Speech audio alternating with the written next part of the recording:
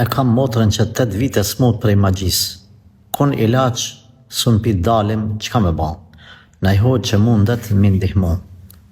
E lusë Allahun, kryusin e gjithësisë, atë që posedon shërimin edhe sëmundjen e dorën e tij, ta shëroj motrën e juaj. Allahumma amin. Problemi është kjo që njerëzit lidhen me hoxhallar e jo me Allahun. Na i hoqë që mundet mi ndihmu. Kërkuj s'mundi mi ndihmu përveç Allahut. Hoxha veç e këshillon. Konsiderojni këto si një sprovë, sikurse sprova tjera.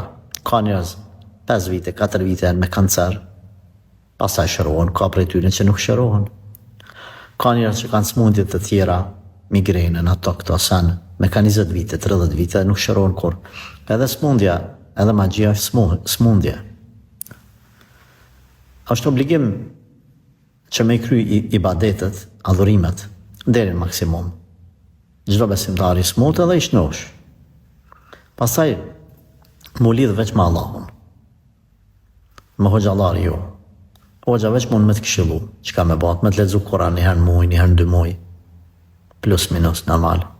Pastaj te shtëpia me ngu Kur'an, me fal namaz, me bë dhikr, me nejt me abdes, etj.